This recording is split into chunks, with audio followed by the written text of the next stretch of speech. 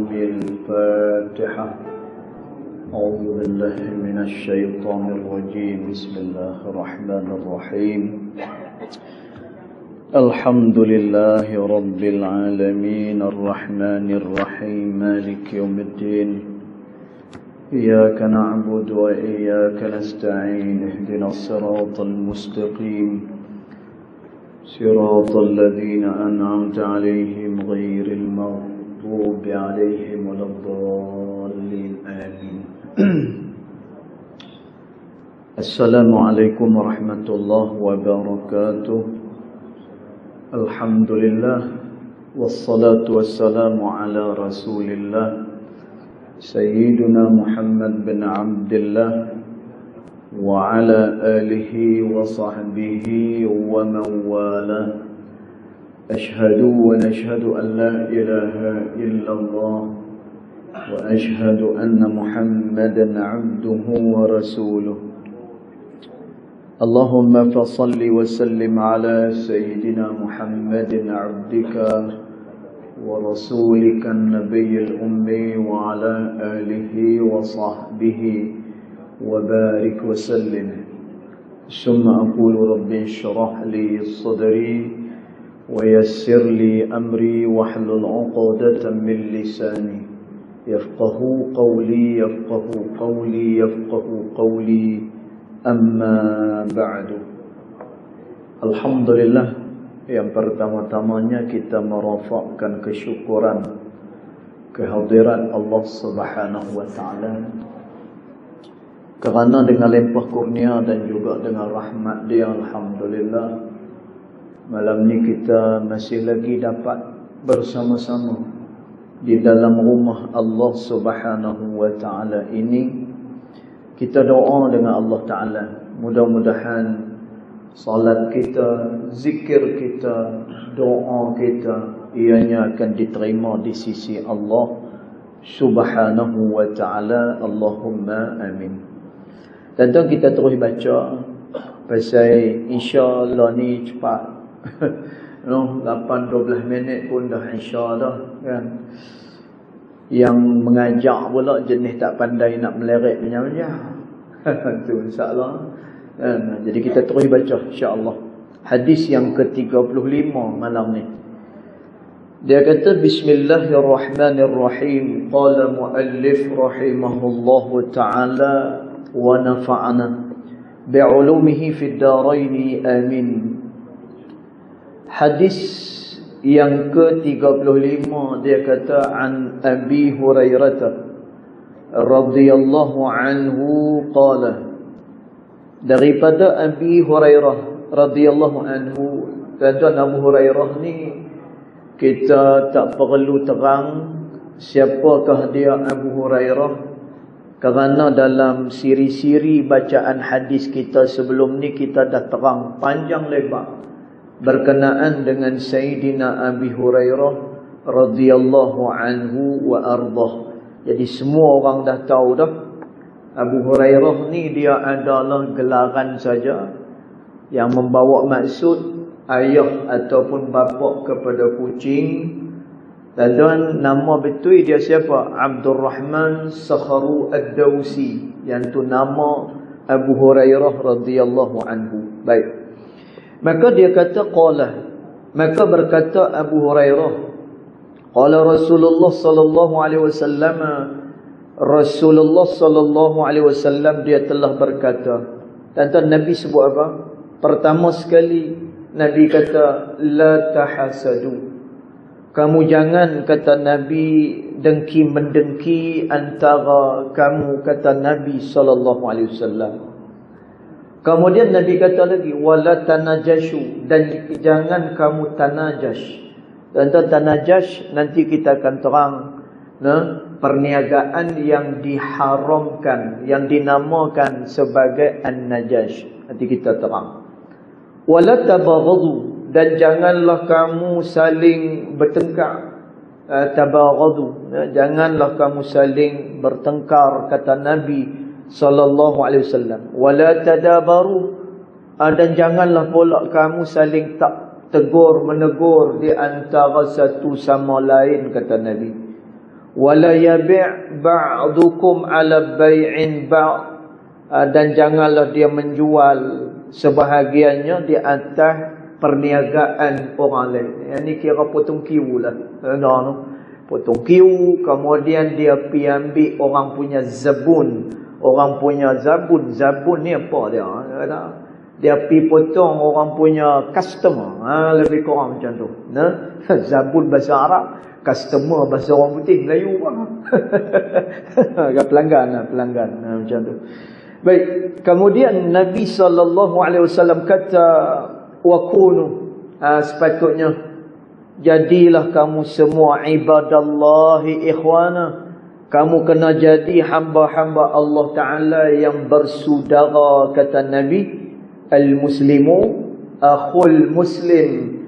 Sesungguhnya orang Islam itu dia adalah saudara Islam yang lain, kata Nabi SAW. Dan dalam hadis ni dia ada lagi satu part, tapi untuk malam ni kita akan terang sampai al-muslimu akhu al-muslim kalau berkesempatan. Jadi kata Nabi SAW, la tahasadu, kamu jangan saling dengki-mendengki di antara kamu, kata Nabi SAW. Dan tuan, apa dia maksud hasad ni? Apa dia? Maksud hasad ni kita mengharapkan agar nikmat yang ada pada orang lain itu hilang. Dan kalau boleh biarlah nikmat itu berada pada diri dia. Dan tuan, maknanya dia nak apa? Dia nak supaya orang ni tak boleh nikmat tersebut. Kalau dia senang, kita rasa tak senang. Kita nak dia jadi susah. Kita nak kesenangan tu tak boleh dekat dia. Dan kalau boleh hilang daripada dia, dan kalau boleh kesenangan tu berpindah kepada diri dia. Tuan-tuan, yang ni yang dimaksudkan sebagai hasad. Dan tuan, hasad ni ada tempat yang boleh. Bukannya kata apa ni tak boleh. Ada tempat kita boleh hasad. Kata Nabi SAW, la hasada illa fitnatain, kata Nabi. Tak ada hasad, Nabi kata. Hasad tak boleh, kata Nabi. Tak boleh. Illa fitnatain. Kecuali hanyalah kepada dua golongan ini sahaja yang boleh kita hasad kepada dia. Dan siapa dia dua golongan yang boleh kita hasad ni? Kata Nabi SAW, rajulun atahu Allahu malan. Seseorang yang Allah Ta'ala beri kepada dia harta, kemudian orang ni dia membelanjakan harta dia pada jalan Allah Subhanahu wa Ta'ala. Dan tuan, dekat dia ni, ke orang yang macam ni, kita boleh hasad dekat dia. Dan tuan, nak hasad aku mana? Antak santau kat dia? Tak boleh. Dan tuan, nak hasad lagu mana ni? Kita nak supaya dia tak kaya ke? Biar dia patah kaki, biar dia bankrupt apa semua sekali. Macam tu ke? Tidak, tuan-tuan. Tetapi kita berhasad kepada dia, mudah-mudahan kita juga boleh melakukan perkara yang sama, malah lebih baik daripada apa yang dia lakukan. Dan tuan, kalau hasad yang macam tu boleh. Ini yang pertama. Yang kedua, kata Nabi SAW, wa rajulun atahu Allahu bi'ilmin, kata Nabi. Kamu boleh hasad kepada orang yang Allah Ta'ala berikan kepada dia ilmu. Maknanya kita boleh hasad kepada orang-orang yang berilmu. Tapi dengan cara macam mana? Pergi pecahkan tayar motor dia. Tak, bukan dia. Kan? Ataupun pergi buka cover motor dia pun bukan juga. Bukan. Ataupun dia bawa kereta, pergi pancatkan kereta dia. Tak, pun bukan juga. Tuan-tuan, tetapi apa yang perlu kita hasad pada orang yang didatangkan ilmu ni? Tuan-tuan, dia berilmu, dia mendekatkan diri dia kepada Allah Subhanahu wa Ta'ala. Yang tu kita kena hasad dekat dia. Tuan-tuan, kita kena buat lebih banyak lagi taat kepada Allah. Kemudian kita nak kena banyak lagi menimba ilmu. Mudah-mudahan kita lebih banyak ilmu daripada orang tersebut. Tuan-tuan, jadi ni dua hasad sahaja yang dibenarkan di dalam Islam, sebagaimana yang dinyatakan oleh baginda Rasulullah sallallahu alaihi wasallam. Tuan-tuan, selain daripada dua hasad yang disebutkan oleh Nabi tadi ni, yang tu tak dibenarkan sama sekali. Pasal apa? Kerana dia berhajat supaya orang tersebut mendapat keburukan atas diri dia. Tuan-tuan, patutnya bila orang yang Allah Ta'ala beri nikmat, tuan-tuan, ni saya nak kongsi, nak share ilmu ni. Tuan-tuan, buatlah. Buat amai. Buat, kita dengar malam ni, kita buat, kita amal. Tuan-tuan, cuba kita latih diri kita untuk taat dengan Allah Subhanahu Wa Ta'ala. Tuan-tuan, bila orang yang Allah Ta'ala beri nikmat kat dia, bukan jauh sangat pun. Kadang-kadang yang kita duk tak syok sangat ni, jiran sebelah kita. Ataupun, tuan-tuan, dulu dia orang susah sama dengan kita. Entah macam mana nasib dia agak baik. Tuan-tuan, dia naik daripada kita lagi. Dia jauh lebih berjaya daripada kita lagi. Tuan-tuan, kita nak kena faham, yang ni adalah ujian Allah buat kita. Tuan-tuan, bila kawan kita, jiran kita dapat nikmat, tak kira lah dia naik pangkat ataupun dia dapat kekayaan ke, dia cerita dengan kita. Tuan-tuan, orang yang dapat nikmat ni pun satu. Satu je lah. Dah elok-elok dapat nikmat anak berjaya. Kan contohlah ni, ramai orang yang hantar anak lah ni, bulan 9-10 ni, ramai yang pergi Mesir lah, pergi Jordan, apa semua sekali ni. Dan dia boleh belagak dengan jiran dia. Ni anak kami ni nak terbang ni, nak pergi Mesir ni, nak pergi Jordan. Hang ada. Boleh cakap macam tu. Dan nikmat ni dia bukan untuk cerita dekat orang. Dan nikmat adalah untuk kita bersyukur kepada Allah Subhanahu Wa Ta'ala. Bukan kita nak pergi cerita dekat orang, bukannya kita nak pergi tayang dekat orang. Tak. Pasal apa? Kerana nikmat yang ada pada kita ni, kalau tak diberi oleh Allah Subhanahu Wa Ta'ala, dan kita pun tak akan dapat nikmat tersebut. Dan jadi bila jiran dapat nikmat, dia beli televisyen 40 inci. Dia pun lawan 41 inci. Kawan ni pergi beli kereta, dia beli lori. Dah macam mana? Dan jadi kalau kita tengok kawan-kawan kita boleh nikmat, dan kita tengok kawan-kawan kita ni memperolehi benda yang dia senang. Dan ni ilmu. Kalau kita tengok ada orang lebih senang pada kita, lebih bagus lagi daripada kita, jangan hasad kepada dia. Tuan-tuan, kalau kita hasad kepada dia, dua kerugian. Yang pertama, orang yang hasad dibenci oleh Allah Ta'ala. Ini yang pertama. Yang kedua, apabila dia berhasad kepada orang, amalan-amalan baik dia akan dibakar, akan dimusnahkan oleh Allah Subhanahu Wa Ta'ala. Dan Nabi itu apa yang kita nak kena buat? Contoh, anak kawan sebelah ni kita tahu pergi Mesir, pergi Jordan, jadi anak kita ni berkurang bernasib baik. Dan janganlah kita fokus pada itu saja. Dia tak boleh pergi Mesir, mungkin dia boleh pergi tempat lain. Dan manusia ni Allah Ta'ala jadikan dia belain-belain. Kita nak sebagaimana yang kita harapkan, tetapi kadang-kadang itu tidak diberikan oleh Allah Subhanahu Wa Ta'ala kepada kita. Tuan-tuan, sabar, kita redha, kita buat lain. Tuan-tuan, baik. Apa ni jiran dapat nikmat, apa yang perlu kita buat? Tuan-tuan, kita tadah tangan, doa kepada Allah Ta'ala. Ya Allah, Engkau berikan nikmat kepada jiran aku ni, mudah-mudahan dia jadi orang yang bersyukur kepada engkau dan tambahkan lagi nikmat kepada dia ya Allah. Tuan-tuan, apa yang boleh kat kita kalau kita doa untuk dia? Tuan-tuan, apa yang boleh dekat kita? Kalau seandainya kita pun suka saudara kita diberikan nikmat oleh Allah Ta'ala.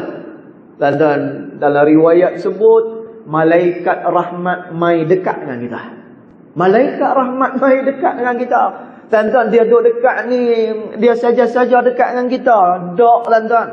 Bila mana kita doa dengan Allah, ya Allah, mudah-mudahan nikmat yang kau berikan kepada dia, dia jadi orang yang bersyukur kepada engkau ya Allah. Malaikat jawab, wa anta kadzalik. Engkau juga begitu. Sebagaimana yang engkau doa, maka begitulah juga engkau, kata malaikat. Tadi kita doa lagi, ya Allah, tambahkan lagi nikmat yang ada pada dia. Malaikat jawab lagi, wa anta kadzalika, kamu pun seperti mana yang kamu doakan untuk saudara kamu, kata malaikat, yang bawa rahmat daripada sisi Allah Subhanahu wa taala. Dan tuan, kerana tu, masya-Allah, orang yang tak dengki kepada orang lain, malah dia menjalinkan lagi silaturahmi. Dia doakan untuk saudara dia. Dan tuan, dia diluahkan rezeki oleh Allah Subhanahu wa taala. Kerana tu kata Nabi SAW, man ahabba, siapa-siapa yang suka ayyutawwila umrahu, dia suka umur dia dipanjangkan oleh Allah Ta'ala. Tuan-tuan, semua kita ni nak panjang umur. Tuan-tuan, panjang umur ni, ulama kata ada dua penafsiran. Yang pertama, betul-betul umur dia akan dipanjangkan oleh Allah Subhanahu wa taala. Memang dipanjangkan oleh Allah Taala sampai 80, sampai 90. Tuan-tuan, tapi umur yang berkat ni Allah Taala beri yang mahal dia apa? Umur panjang, tapi dia punya amal dia banyak pada Allah Taala. Kemudian umur dia diberikan berkat oleh Allah Subhanahu wa taala. Tuan-tuan, ni Nabi sebut, siapa dia yang nak umur dia panjang. Panjang dua makna. Satu, betul-betul umur dia akan dipanjangkan oleh Allah Ta'ala. Manakala satu lagi, kalau dia mati, nama dia menjadi sebutan orang. Tuan-tuan, sebutan ni bukan sebutan yang tak baik. Bukan dia. Sebutan yang baik-baik. Kan? Oi, dulu dia ni orang bagus. Dia ni orang puji. Bila orang teringat nama dia, orang akan ingat dia punya kebaikan dia. Tuan-tuan, ini merupakan satu doa daripada orang yang hidup kepada orang yang telah pun meninggal dunia. Tuan-tuan, jadi kata Nabi SAW, siapa yang nak umur dia dipanjangkan oleh Allah, wa yuwassi'a rizqahu, dan dia nak rezeki dia diluaskan oleh Allah Subhanahu wa taala. Tuan-tuan, dua benda ni, panjang umur, kemudian diluaskan rezeki oleh Allah Subhanahu wa taala. Dan tuan, apa yang dia perlu buat ni? Kata Nabi SAW, falyasil rahimah, hendaklah dia menyambung tali silaturahmi, kata Nabi SAW. Dan tuan, sama ada dengan adik-beradik ataupun dengan kawan-kawan kita, fal yasil rahimah, hendaklah kita sambung tali silaturahmi dengan mereka ni. Dan perselisihan antara manusia ni biasa. Biasa. Kadang-kadang kita pun ada tak puas hati dengan orang. Dan kadang-kadang yalah ada. Dan perselisihan ni Allah Subhanahu wa taala dia sebut, walau syaa rabbuka laja'alan nasa ummatan wahidah. Kalau Allah Ta'ala nak jadikan manusia ni bersatu, lama dah dia jadikan manusia ni bersatu. Tetapi Allah Ta'ala kata la yazaluna mukhtalifin, manusia kerja dia akan berselisih 24 jam, dia akan berselisih dengan orang. Dan apa tak boleh ke kita berselisih ni? Boleh. Manusia. Dan manusia biasalah. Kadang-kadang tak puas hati dengan orang ni, kadang-kadang dia berasa tak puas hati dengan orang ni. Dan tuan, perselisihan itu biasa. Habis itu macam mana kita nak kawal perselisihan ni supaya tidak memudaratkan keadaan, supaya tidak membesarkan masalah. Dan tuan, dia ada etika dia. Kalau kita marah kita kerana Allah Ta'ala. Dan tuan, kalau kita sayang kita adalah kerana Allah Subhanahu wa Ta'ala. Dan tuan, kalau dia salah dalam satu-satu perkara, ya kita hanya perbaiki perkara tersebut. Jangan kita pikono pikut lain-lain pula. Dia pikono apa ni ikut lain. Rumah tangga kawan tu, kemudian cadar tak basuh. Kemudian tidur tak pakai baju. Ni apa kena mengena ni dengan perkara yang sedang diperselisihkan. Dan tuan, kalau dah berselisih perkara itu sahaja. Jangan diperbesar-besarkan. Dan tuan tengoklah bagaimana ulama dia bergaduh. Ulama bergaduh kan. Dan tuan, ulama pun manusia. Lagu kita juga. Dan tuan, Al-Imam Ibnu Daqiq Al-Aid rahimahullahu ta'ala. Dan tuan, kita sebut ni sebab tak mau ada tahasadu antara kita, tak mau dengki-mendengki antara satu sama lain. Yang kita nak apa dia? Berkasih sayang di antara satu dengan yang lain. Dan tuan, orang yang berkasih sayang ni, rahmat Allah Subhanahu wa Ta'ala turun kepada orang-orang yang menjaga perhubungan dengan sesama manusia. Dan tuan tengok, Nabi kata awak, Nabi kata ada 7 golongan nanti dekat mahsyar esok. Dia tidak akan panah dan dia akan duduk di bawah naungan arasy Allah Subhanahu wa Ta'ala. Tuan-tuan, hebat orang ni. Siapa dia orang yang dapat perlindungan arasy Allah Ta'ala nanti pada hari mahsyar? Nabi kata pada hari itu tidak ada perlindungan melainkan perlindungan Allah Subhanahu wa Ta'ala. Tak ada perlindungan lain. Tuan-tuan, ada 7 golongan semua sekali. Salah satu siapa dia? Iaitulah rajulani yatahabbani fillah. 2 orang yang dia berkasih sayang kerana Allah Subhanahu wa Ta'ala. Tuan-tuan tengok, hubungan kawan-kawan kita ni, main masjid salam, bergurau apa semua sekali ni, tuan-tuan, dia bukan hanya setakat baik kat dunia sahaja, malah dia akan membawa sampai ke akhirat besok. Tengok-tengok kawan kita bawah arasy Allah. Tengok-tengok kita bawah arasy Allah Ta'ala. Pasal apa? Ini kesan orang-orang yang menjaga perhubungan. Tuan-tuan, Al-Imam Ibnu Daqiq Al-Aid. Tuan-tuan, kalau kita nak gaduh orang, gaduh cara ni. Masya-Allah. Tuan-tuan, Imam Ibnu Daqiq Al-Aid, zaman tu dia ada perselisihan dengan satu orang. Tuan-tuan, dengan satu orang dia berselisih, dan orang ni pun juga orang alim. Tuan-tuan, ni biasalah, lagu kita lah hari ni. Ulama ni kata macam ni, ulama ni kata macam ni.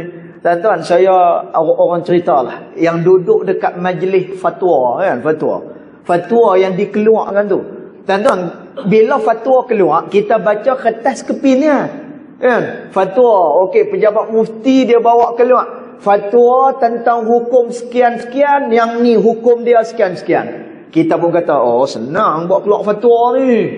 Tuan-tuan, dia tak senang macam tu. Pasal apa? Yang duduk dekat majlis fatwa ni orang-orang alim belaka ni. Orang alim semua. Salah satunya Tok Mufti lah.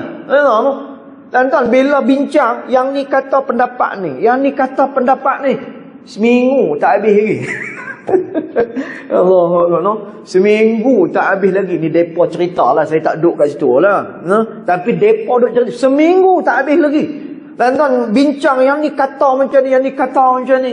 Kadang-kadang ada yang tak puas hati keluar awal. Ada juga macam tu. Masya Allah. Tuan-tuan, biasa manusia. Tapi tengok apa ni ulama dia ajak kita macam mana. Tuan-tuan, Imam Ibnu Daqiq Al-Aid, dia ada tak puas hati dengan satu orang, dan orang ni pun tak puas hati dengan Imam Ibnu Daqiq Al-Aid. Tuan-tuan, jadi bila tak puas hati, mereka ni tegang lah. Depa ni jadi apa ni, saling tarik muka lah di antara satu dengan yang lain. Tuan-tuan, Imam Ibn Daqiq Al-Aid di antara ulama besar dalam mazhab Syafi'i. Tuan-tuan, jadi depa ni bertegang orat. Bila bertegang orat satu hari, raja pada masa tu dia putuskan, aku nak dia ni dihukum bunuh dia. Tuan-tuan, siapa dia? Musuh kepada Imam Ibn Daqiq Al-Aid. Tuan-tuan, dia dihukum bunuh. Tuan-tuan, jadi raja kata macam ni, aku nak bunuh dia terus macam tu tak boleh. Kita mesti kena minta persetujuan daripada semua ulama. Kita bagi borang, bagi depa semua sign. Tuan-tuan, pegawai raja pun bawa memorandum tu, bawa surat tu. Yang ni sign, yang ni sign, yang ni sign.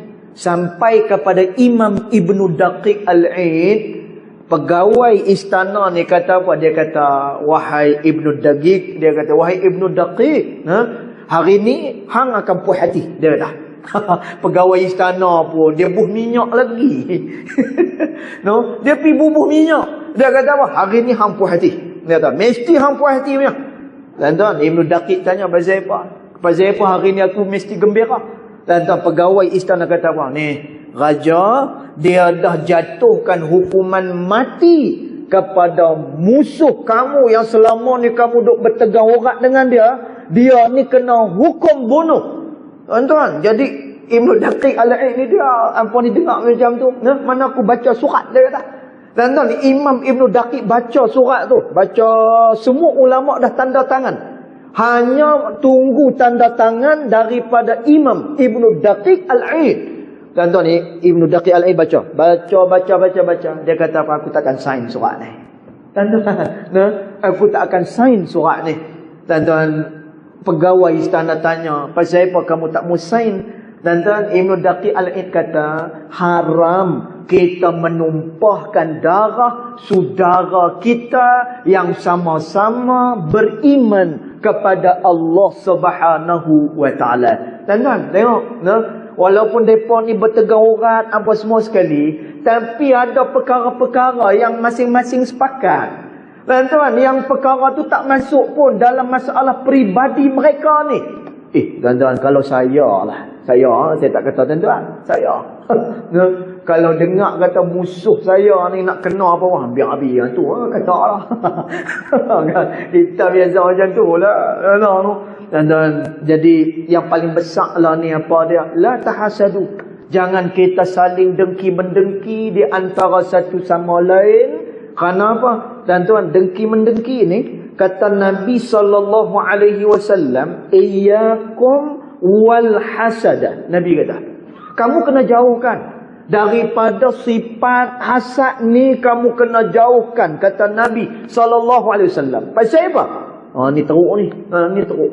Fa innal hasada, sesungguhnya hasad itu yaqulul hasanati, dia membinasakan semua kebaikan-kebaikan.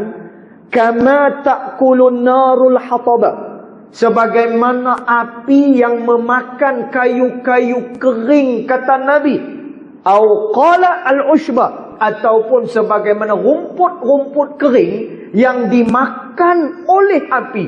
Tuan-tuan, boleh imagine tak? Boleh bayang tak? Macam mana kayu kering, macam mana daun kering, macam mana al-ushbu, rumput kering. Tuan-tuan, kita bakar macam tu, dia melarat, habis terbakar semua sekali. Tuan-tuan, itu perumpamaan Nabi SAW bagi orang-orang yang tahasadu, yang mana mereka saling dengki-mendengki antara satu dengan yang lain. Tuan-tuan, jadi dia rugilah. Dunia akhirat dia rugi. Di dunia Allah Ta'ala benci, manakala di akhirat besok amalan dia musnah. Tuan-tuan, sepatutnya bila kawan kita boleh nikmat macam tadi, doakan untuk dia, ya Allah, mudah-mudahanlah dia ni diberikan kebaikan, mudah-mudahan ditambah lagi nikmat dekat atas dia. Tuan-tuan, maka kita juga mendapatkan apa? Kebaikan daripada sisi Allah Subhanahu wa Ta'ala. Baik.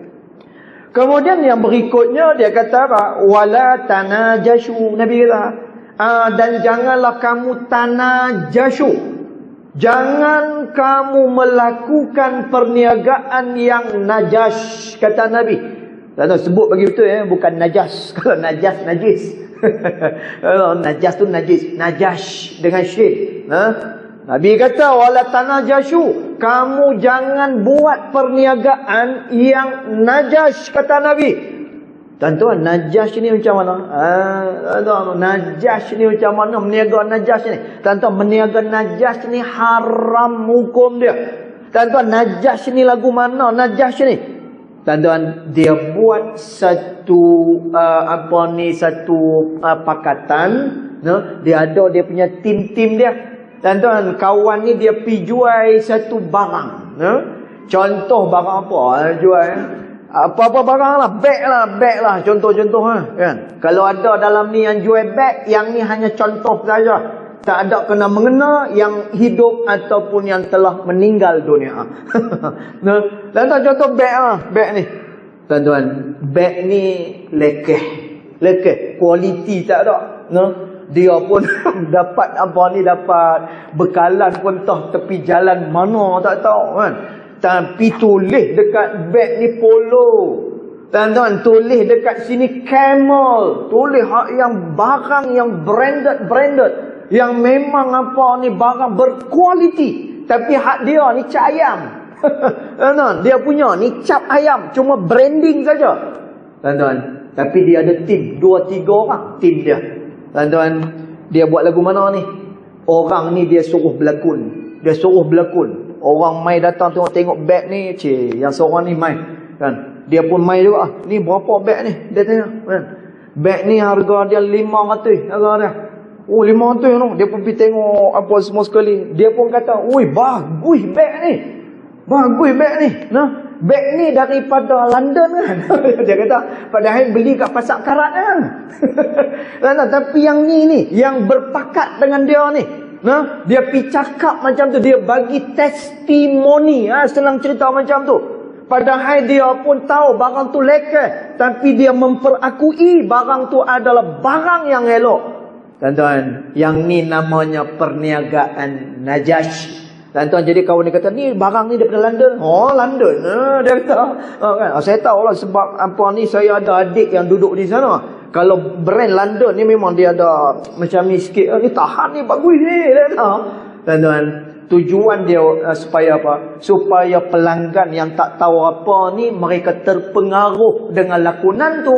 Lalu mereka pun membeli barang tersebut. Padahal dia langsung tidak ada kualiti. Tuan-tuan, ini namanya adalah bai'un najash. Ianya adalah perniagaan yang diharamkan oleh Allah Subhanahu wa taala. Dan sebab itu kalau orang bagi upah kat kita, suruh cakap tentang produk kawan kita.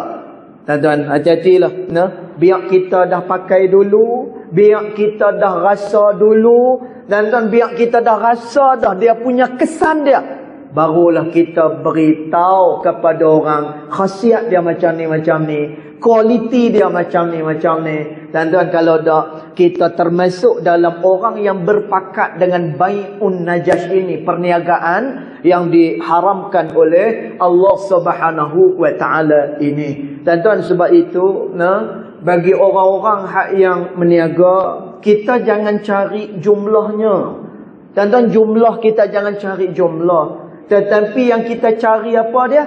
Barakatun minallah. Yang kita cari adalah berkatnya daripada Allah Subhanahu wa taala. Tuan-tuan, saya selalu sebut, tilam tebal kita boleh beli. Tetapi nak lena dengan nyenyak ni, yang tu tak boleh beli. Melainkan dia diberikan oleh Allah Subhanahu wa taala. Tuan-tuan, kita ada keluarga. Kita boleh renovate rumah kita macam mana kita nak untuk kebahagiaan keluarga kita. Tuan-tuan, renovate tu kita boleh buat. Bahagia tu tak boleh beli. Yang tu tak boleh buat bahagia tu.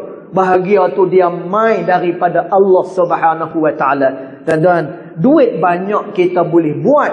Tetapi cukup tu tak boleh. Cukup adalah daripada Allah Subhanahu wa taala. Tuan-tuan, rahsia. Ni rahsia. Macam mana benda yang sikit tapi boleh jadi cukup ni? Tuan-tuan, ulama beritahu, orang-orang yang dicukupkan oleh Allah Ta'ala, pendapatan dia banyak tu juga. Tuan-tuan, mustahil lah kalau dia kerja kerani, gaji dia ataupun dia office boy ke ataupun dia kerja cleaner dan sebagainya, tuan-tuan, mustahil lah gaji dia sampai 10,000 sampai 15,000, mustahil lah. Gaji dia ikut standard dia lah, tuan-tuan. Tapi orang yang diberikan cukup oleh Allah Ta'ala ni, apa rahsia dia? Tuan-tuan, ulama dia kata, orang yang diberikan cukup oleh Allah Ta'ala ni, Allah Ta'ala campakkan dalam hati dia perasaan qanaah. Tuan-tuan, apa dia perasaan qanaah ini? Perasaan rasa cukup dengan apa yang ada. Tuan-tuan, dia tak kisah pun kalau dia pakai mutu buruk, dia tak kisah, dia ada perasaan ni. Tuan-tuan, kalaulah rumah dia tirih misalnya, dia tak kisah pun rumah dia tirih, dia boleh reda. Tuan-tuan, sebab itu kita tengok ada orang yang rumah biasa-biasa tapi dalam tu hari hujan rumah tirih, tuan-tuan. Saya pernah nampak orang macam ni. Rumah tirih. Anak-anak ni boleh main hujan suka. Yang dalam rumah tu boleh minum kopi, goreng pisang, apa semua sekali ni. Hang tak risau ke? Tuan-tuan, rumah kita hari hujan ayak masuk sikit lah. Tak boleh, esok kena panggil tukang. Punya risau. Tuan-tuan, orang yang Allah Ta'ala beri qanaah pada dia, dia boleh reda dengan apa yang ditentukan oleh Allah Ta'ala. Di sinilah rahsia kecukupan yang diberikan oleh Allah Subhanahu wa Ta'ala. Tuan-tuan, tapi apa guna kalau duit banyak, kita habur-haburkan, kita bazir-bazirkan dia? Tuan-tuan, membazir itu akan menyebabkan kita berasa tidak cukup. Akhirnya kita pun jadi hamba kepada dunia. Dan maka demikian. Jadi kita cari barakah daripada apa yang kita perbuat. Jadi cukup setakat tu. InsyaAllah nanti kita akan sambung pada ibarat yang berikutnya. Yang baik datang daripada Allah Subhanahu wa Ta'ala. Yang tidak baik datang daripada kejahilan diri saya sendiri walaupun hakikat kedua-duanya datang daripada Allah Subhanahu wa Ta'ala. Bismillahirrahmanirrahim. Alhamdulillahirabbil alamin. Wassalatu wassalamu ala asyrafil anbiya'i wal mursalin wa ala alihi wa sahbihi ajma'in. Allahumma ighfir lana ma akhta'na wa ma ta'ammudna wa ma asrarna وما أعلنا وما أنت أعلم به منا أنت المقدم وأنت المؤخر لا إله إلا أنت سبحانك إنا كنا من الظالمين وصلى الله على سيدنا محمد وعلى آله وصحبه وبارك وسلم والحمد لله رب العالمين والله أعلم.